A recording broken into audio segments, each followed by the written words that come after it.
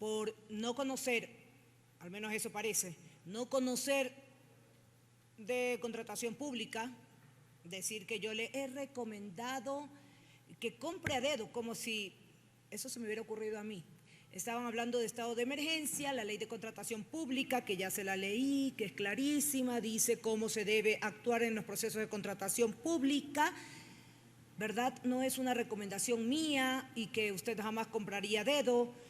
No, no es eso, señora ministra. Es lo que se hace, si no, no declare emergencia y compre por régimen común, contratación pública normal.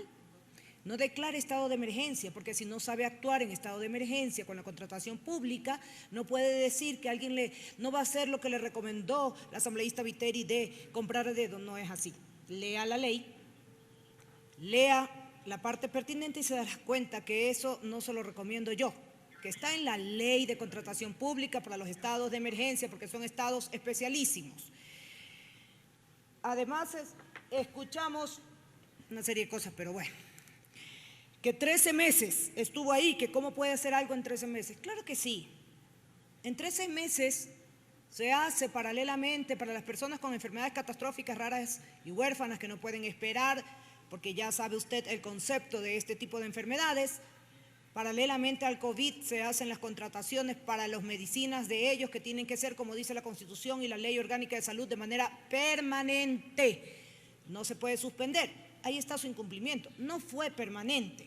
Tiene que ser ininterrumpida. Ahí está su incumplimiento. Fue interrumpida por mucho tiempo, le regresó enfermedades. Usted desea papeles, yo le enseño vidas. Usted desea papeles, yo le enseño muertos. Usted desea papeles, yo le enseño lágrimas. Usted desea papeles, no se les ría a los señores que están aquí atrás y que son los padres y que son los enfermos en esos casos.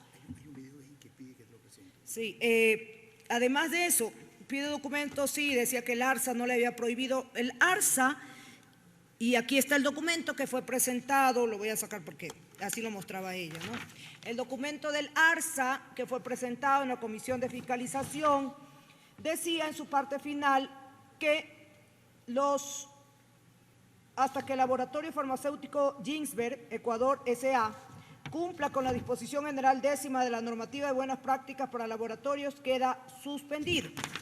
Esa es el memorándum del ARSA CGTC 2022, raya 0279, raya M, del 20 de mayo del 2022.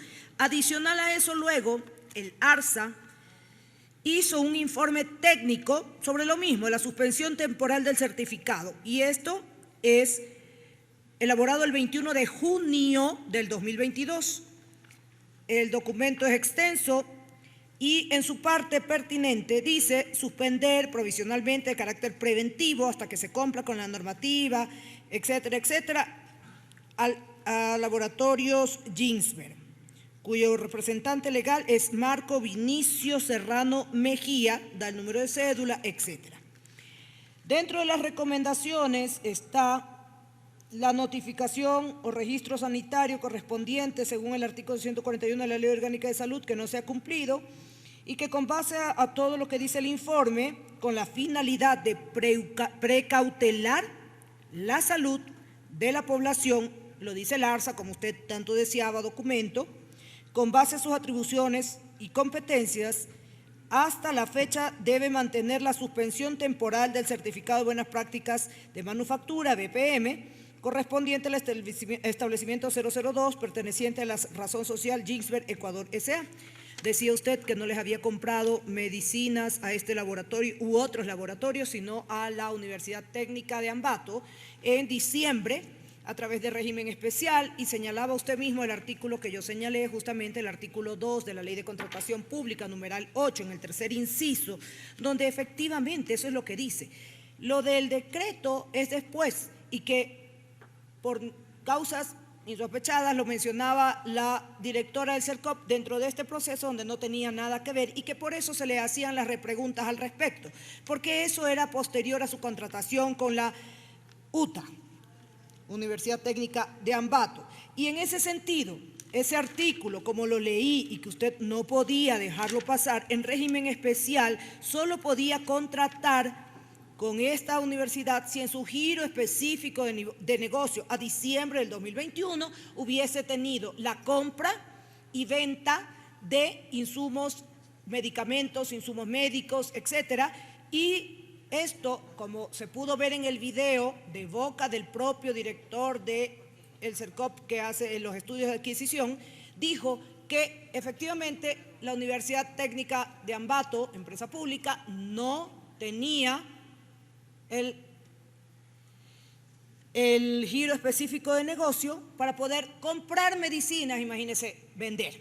Así lo dijo él, no lo tiene. Ahí está su documento, y él presentó los documentos ahí de que no los tenía. Señala usted, señora Garzón, que el desabastecimiento se dio porque solo compraban para el COVID. Eso es terrible. Está usted mismo declarando que ante la emergencia del COVID, que fue una emergencia a nivel mundial, no es que usted vino aquí al país a dar todo lo que había estudiado afuera, como le prometió al CENESID, etcétera, que está muy bien. Eso es lo que todos los que reciben estudios afuera, si es que son por becas, no sé cómo habrá sido el suyo, lo deben hacer porque eso es lo que les manda cuando son becas pagadas por el Estado. Pero en tal caso, esto es lo que dijo el ministro Ruales, que fue viceministro con usted, en relación al desabastecimiento, y dice: de manera general, el ministro Ruales señaló que el problema del abastecimiento de medicamentos y de gestión de insumos es la falta de acceso equitativo a las redes de servicios de salud y un ineficiente modelo de gestión en los servicios de salud. Por ejemplo, en el tema de medicamentos e insumos, no existía un sistema de inventario para poder identificar si en realidad los valores de abastecimiento son reales o no. No existe un sistema de ingreso y egreso de medicamentos. El abastecimiento se mide por informes mensuales de los hospitales en una base de datos de Excel y no con un sistema que permita descargar como se lo hace en cualquier bodega. Es decir, no existe una manera certera de determinar el stock de los medicamentos e insumos médicos. El ministro Ruales declarado, y está la grabación si usted desea verla, ¿verdad? Porque lo dijo verbalmente, no por escrito en esa sesión.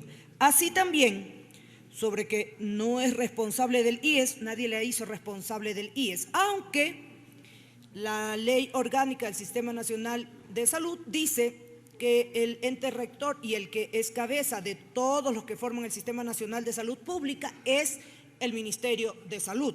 No es que usted tenga que ver con las decisiones de un ente que tiene su propio patrimonio, etcétera, y es autónomo, sino que usted dentro del Sistema Nacional de Salud Pública es el ente rector en ese momento como Ministerio de Salud. También está en la ley, ahí lo puede leer. Sobre todos los porcentajes que dijo que desde el 2018 a la actualidad han bajado y que a eso se debe el abastecimiento porque no están los medicamentos en el catálogo básico, no están catalogados. Sí, pero imagínese, usted dice que en 13 meses era muy poco para usted actuar. Pero resulta que el ministro Ruales, haciendo una comparación de 3 meses suyos, los mismos meses, con 3 meses de él, dice que usted en porcentaje de abastecimiento, por ejemplo, en agosto del 2021 llegó solo al 50%, en septiembre al 49% y en octubre al 49%. Mientras que el ministro Ruales, estando además solo 3 meses llevaba en ese momento, y aún así, en esos mismos 3 meses, hizo en agosto del 2022 76%, una diferencia con usted del 26%. En septiembre del 2022, 81%, una diferencia de 32% con usted. En el mismo mes. En octubre del 2022, 86%, una diferencia de 37%. Ese fue el aumento en el abastecimiento comprado el mismo mes del año anterior en relación al suyo. ¿Se da cuenta cómo en solo 3 meses sí se puede hacer bastante? Imagínense en 13 meses. Sobre las derivaciones, ya vimos que el mismo ministro dijo que eran innecesarias y que se podían haber atendido sin costo para el Estado en las propias instituciones. Ustedes las derivaron, no se sabe por qué, ni él lo sabe. En cuanto a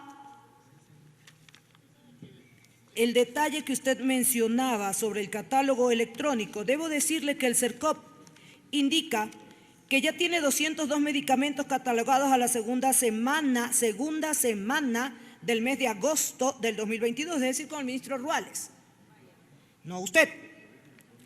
Y que van a ser 20 medicamentos catalogados por día. Eso es lo que dijo la directora del CERCOP y el ministro Ruales, esperemos que así sea. Pero imagínense, en 20 días se pueden catalogar 20, imagínense en 13 meses cuántos se hubieran catalogado. También señala usted sobre este decreto ejecutivo de enero del 2022 y la subasta inversa corporativa. Sí, eso se dio después de su compra. Después, la compra a la que nos referimos con la Universidad Técnica de Loja de diciembre del 2021 se refiere al régimen especial del artículo 2, numeral 8, y jamás hemos dicho, quisiera que escuche con más atención, jamás se ha dicho en este lugar que un decreto puede modificar una ley. Al contrario, dijimos lo contrario, que un decreto ejecutivo no puede cambiar una ley, ni un reglamento puede estar por encima de la ley. Eso fue lo que dijimos, ministra, al revés. En cuanto a sus aseveraciones también de que todo tiene sustento legal, lo hemos hecho durante todo este proceso. ¿Que somos abogados? Claro que sí. Por eso es que usted no puede desvirtuar ninguna de las acusaciones que le hemos hecho. Que el hospital que el hospital no podía tener desabastecimiento de medicinas y que era mentira lo de los caducados, pues salió el mismo director del hospital y fueron a hacer la investigación y tenía la medicina para caducar en 6 meses de un medicamento que se usaba para leucemia. 6 meses, y por eso la regresó con oficio a ustedes, al Ministerio de Salud Pública. ¿Qué le pasó al señor? Creo que lo votaron después de eso. Usted tiene que saber que,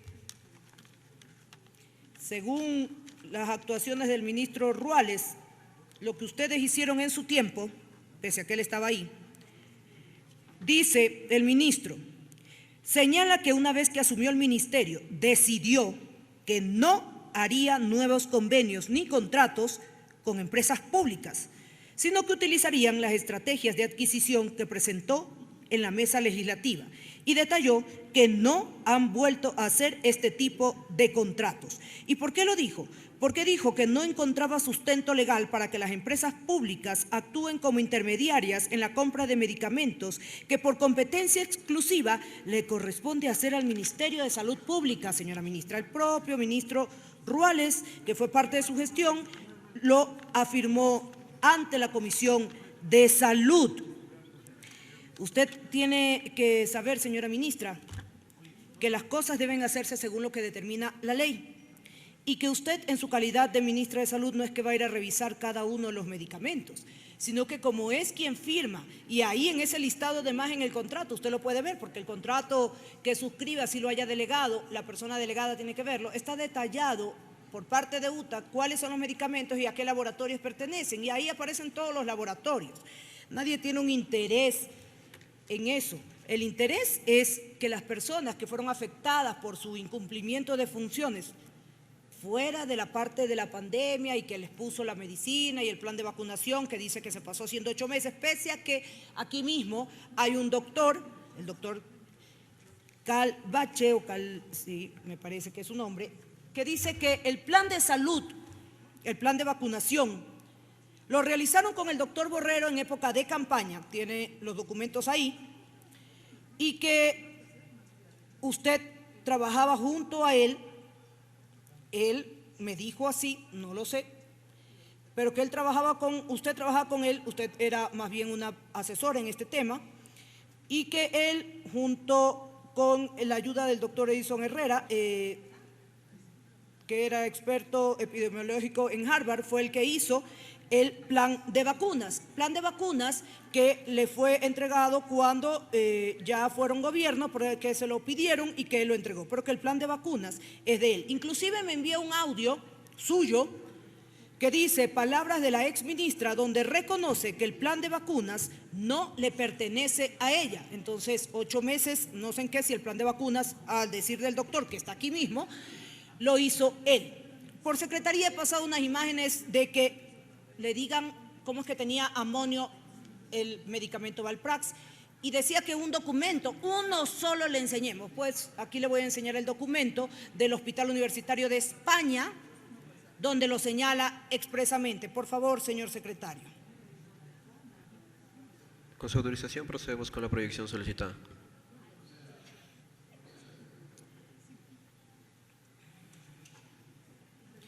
Ahí vemos una publicación en cuanto a los genéricos que usted con razón dice que los genéricos pueden cumplir las mismas funciones que un medicamento original o biomolecular. Sí, efectivamente es así, pero cuando lo cumplen. Si no lo cumplen, no lo pueden comprar. Y aquí vemos, su salud se deteriora desde que su medicamento es genérico.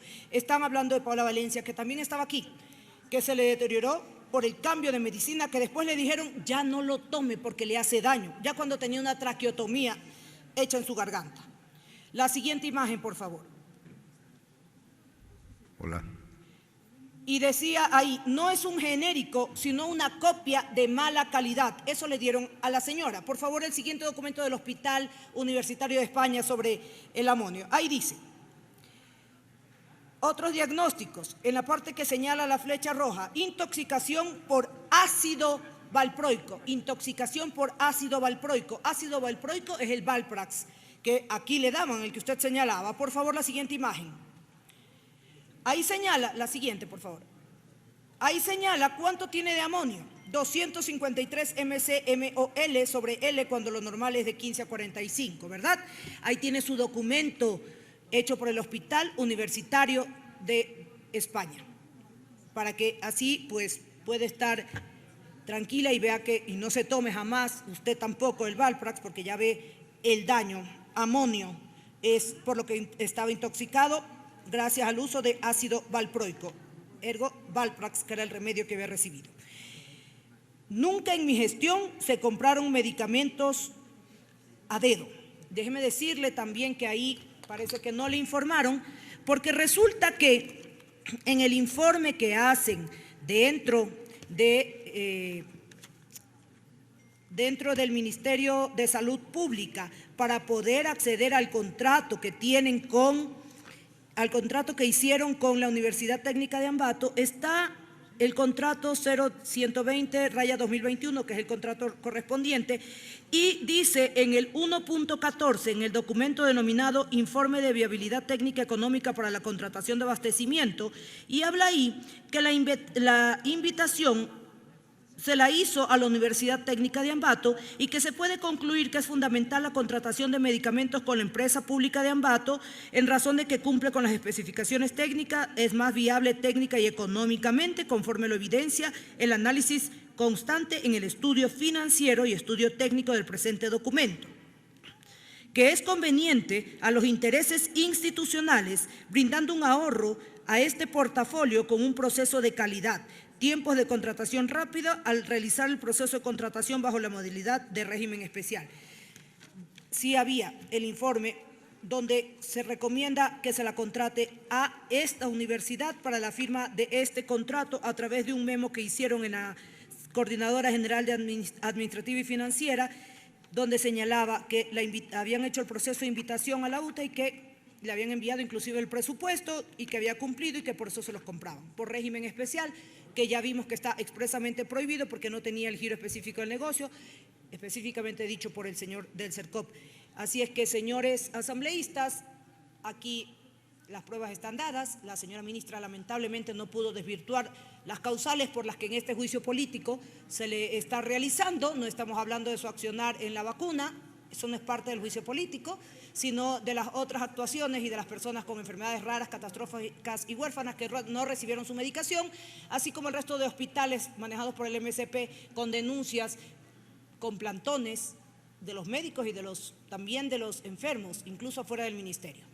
Este es el momento de aplicar una censura, sí, para que, como usted dijo, señora exministra, el siguiente que vaya a esa cartera tan importante porque trata de la salud de cada uno de los ecuatorianos, de la vida y la muerte que pueden tener en sus manos, la importancia, el peso de esa cartera no debe ser tomada por nadie que no sepa a lo que se va a enfrentar. Gracias, señor presidente.